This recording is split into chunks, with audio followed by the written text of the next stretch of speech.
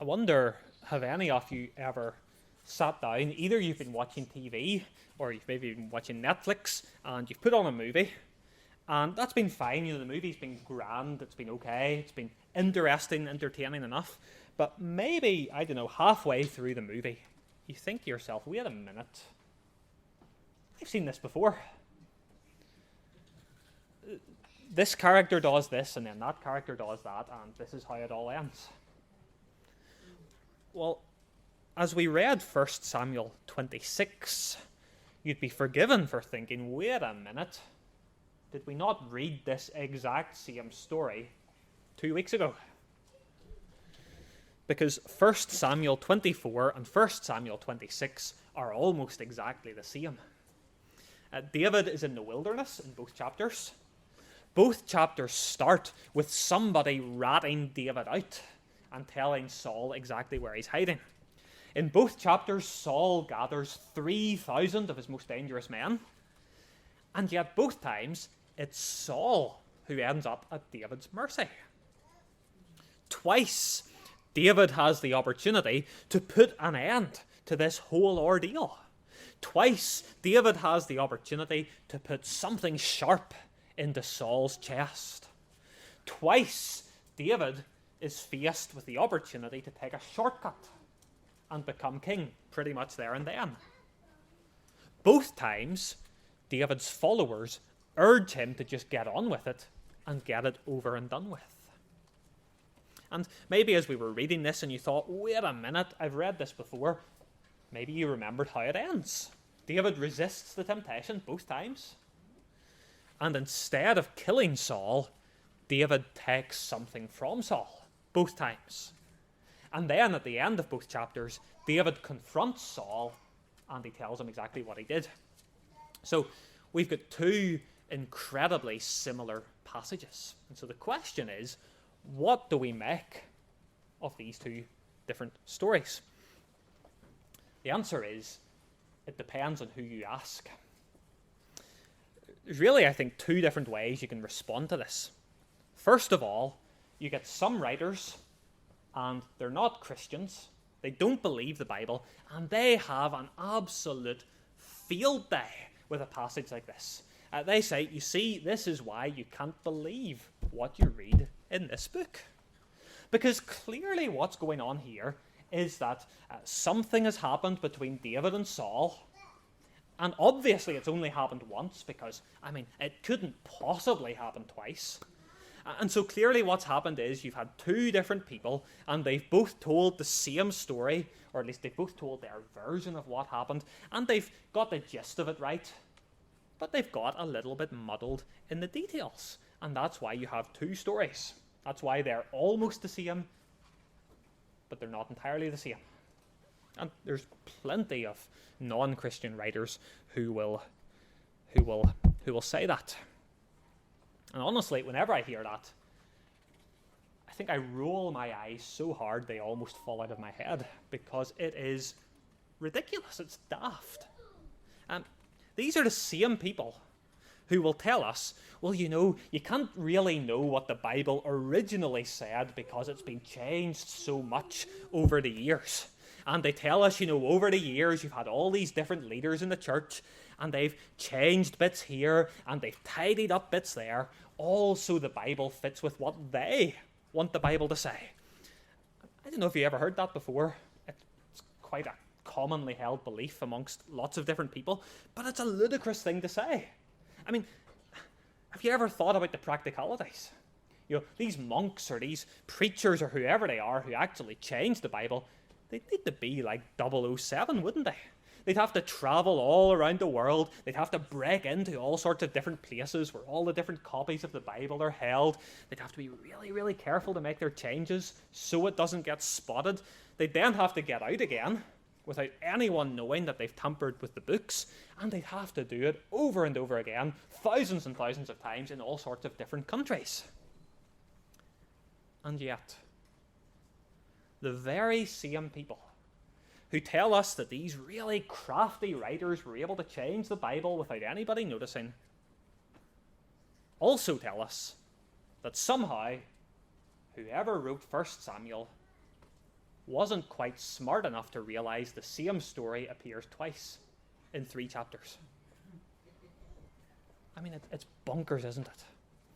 So what's the second way to respond? The right way to respond? Well, other than simply saying both stories are here because both events actually happened, surely we can say God has put both these stories side by side like this because he wants to make a point. He wants us to learn from the fact that this happened twice. So what do we learn from these 2 stories? We want to see 2 things. The first thing we want to see this morning is the insanity of sin. The insanity of sin. I should say, by the way, I've been really helped in this past week by 2 sermons by 2 ministers in Scotland, one in Aberdeen and one by Stephen Steele, who was here recently in Stranraer. And so some of what I'm going to be saying this morning I've really got from those 2 men. But first of all, we see the insanity of sin. You know, there's a really famous quote, and if you were to Google this quote, Google will tell you it's by Albert Einstein. Google's wrong. Einstein has never actually said this, but the quote goes like this: "The definition of insanity is doing the same thing over and over again and expecting different results." And that surely is Saul in a nutshell. He's tried to kill David over and over again, and yet every single time God has spared David's life.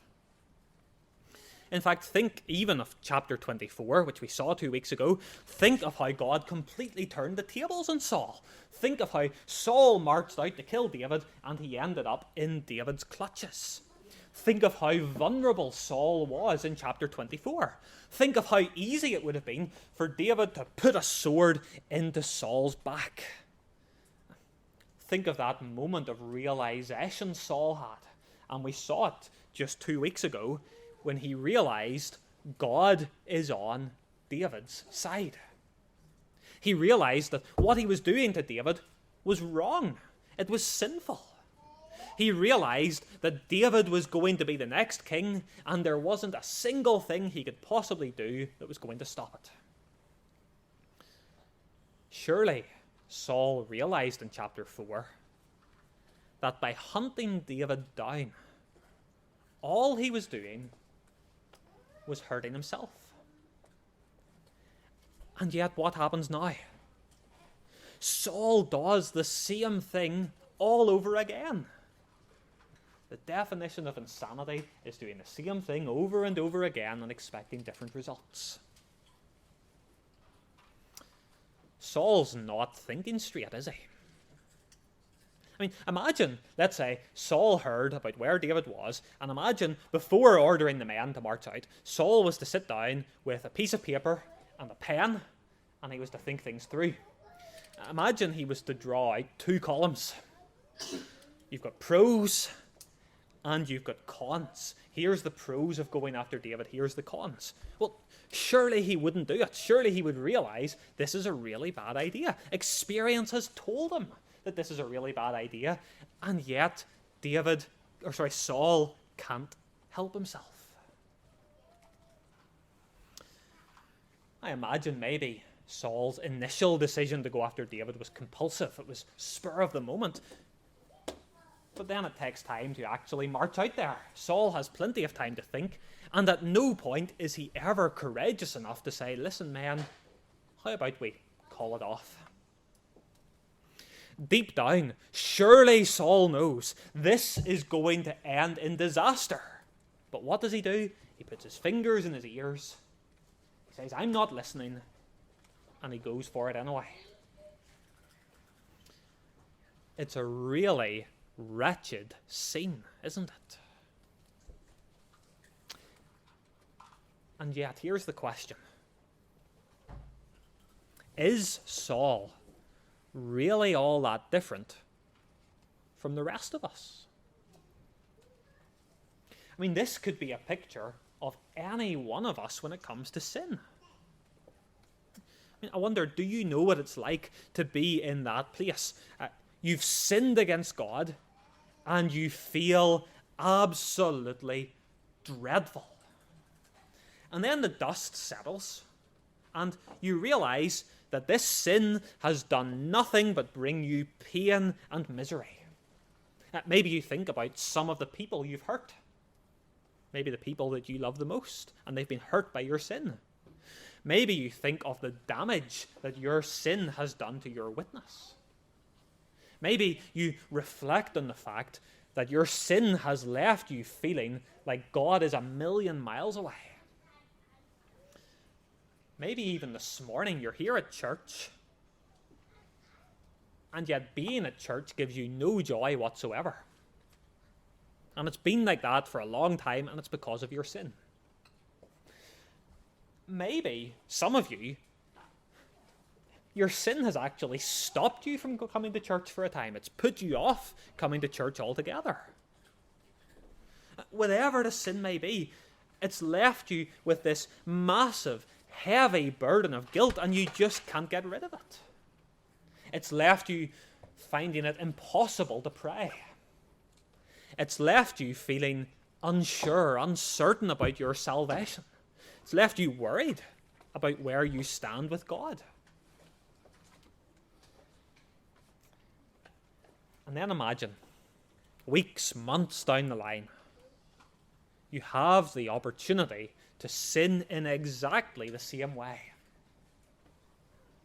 Imagine you sit down with your piece of paper, you draw out your 2 columns, here's the pros, here's the cons. Just think of how many pages of paper you would need just to list all the harms, all the cons of committing that sin. Surely if we were to sit down like that, surely if we were really to think things through, we would never commit that sin again.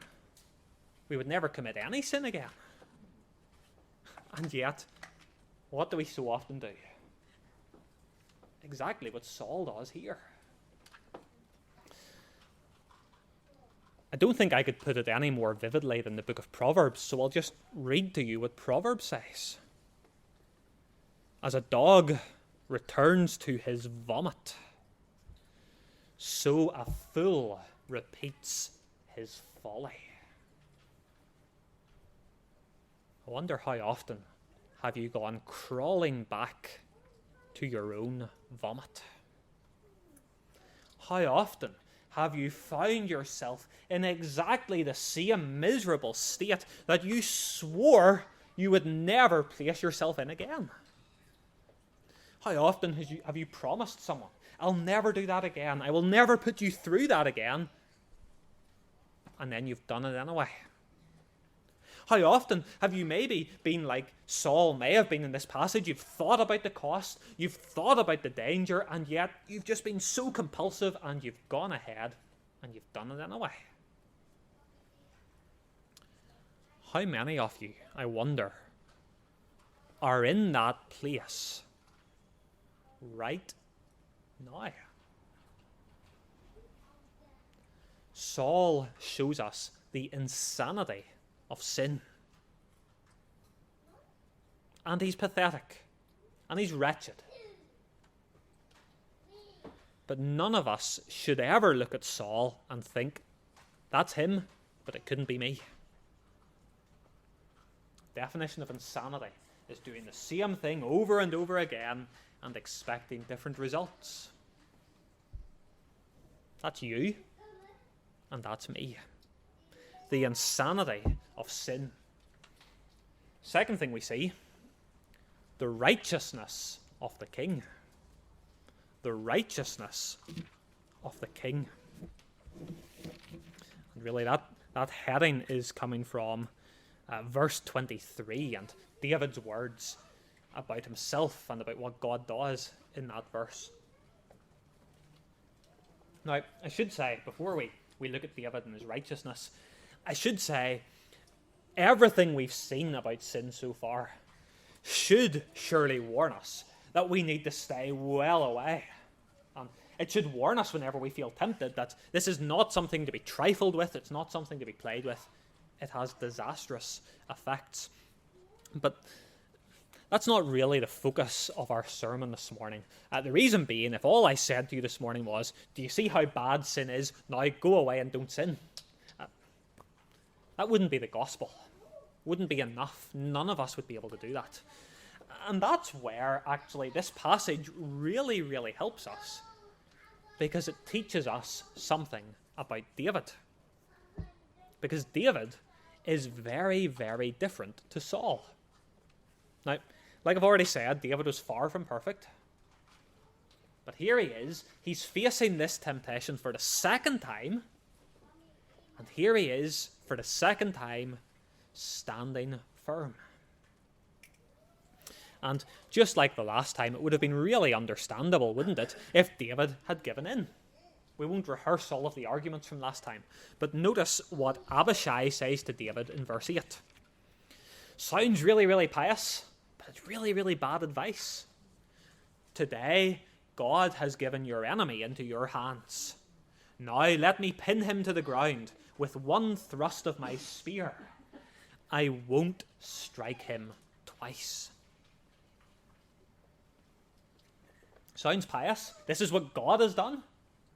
But it would be a big, big mistake. Just like we saw last time round, it would be a shortcut, wouldn't it?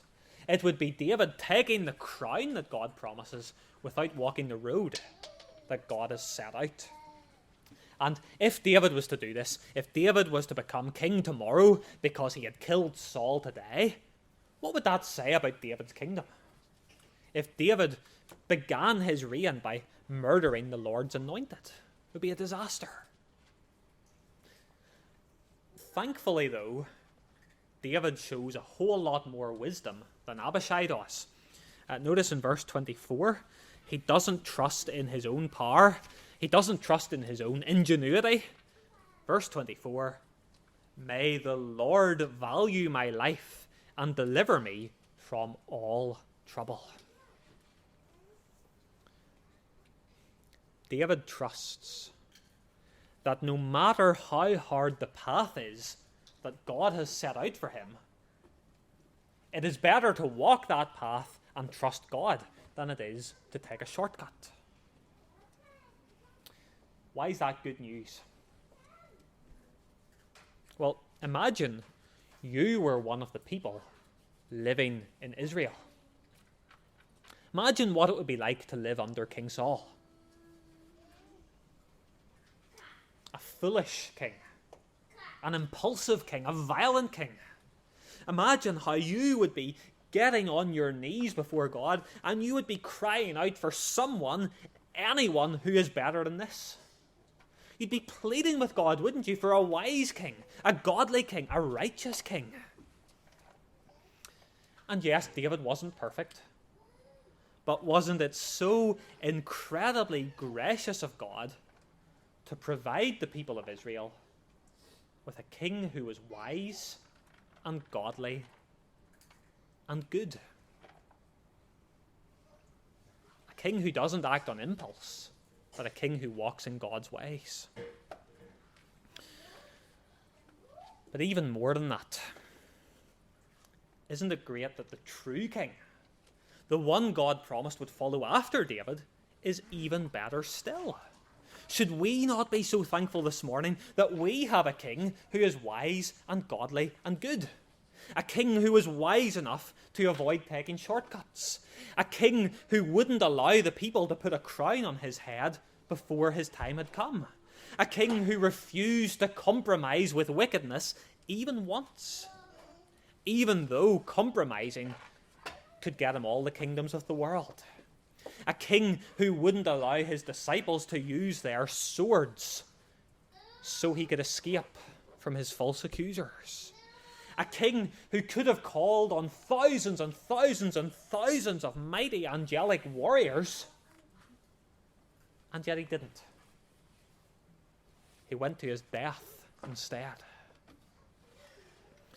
A king who was promised the crown, but he refused to take the crown until he'd been to the cross.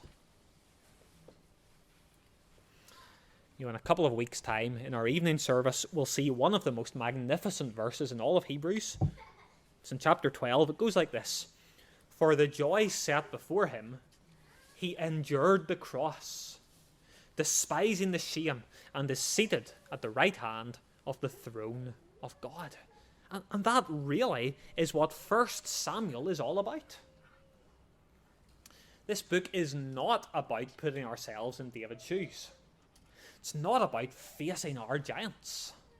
It's not about following David's example rather than following Saul's example. I mean, that's all important. It's all good. But what 1 Samuel is really about is showing us that we are like the people of Israel. We are crying out for the king that we need. And the most important thing I can say this morning in speaking about this passage is that the king you need has come. He's here. This perfect king is the one who stands up for his people. When you're facing temptation, the solution isn't to think of Saul and resolve that you're not going to do what Saul did. It's to realize that the king is here, and the king fights for his people as they're tempted. It's to realize that even when there's something compulsive inside us, and it seems to compel us to go head first into disaster, the king is on hand. And he strengthens us when we ask him for grace. When you're facing the same old temptation all over again, and you resisted last week, and you resisted the week before, but now the temptation's back and you're exhausted. You have a king who promises to preserve you when you run to him for shelter.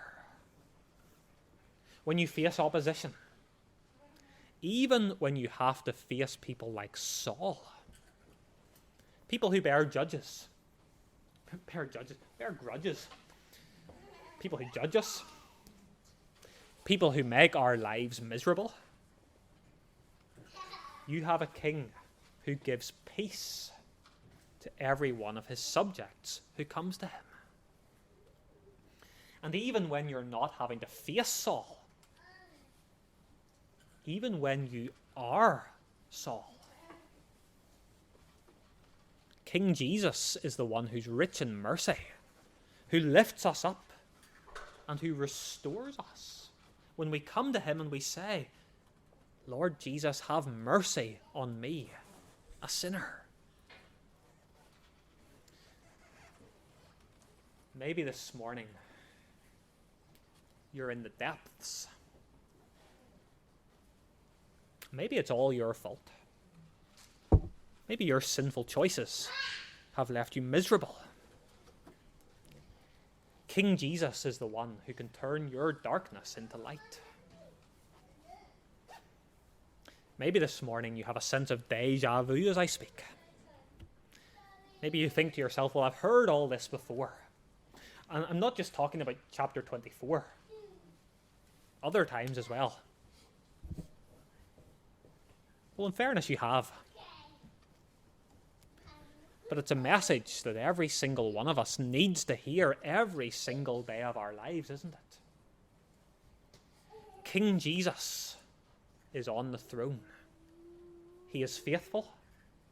He is righteous. And he offers blessing and mercy to every single subject of his who comes to him in faith.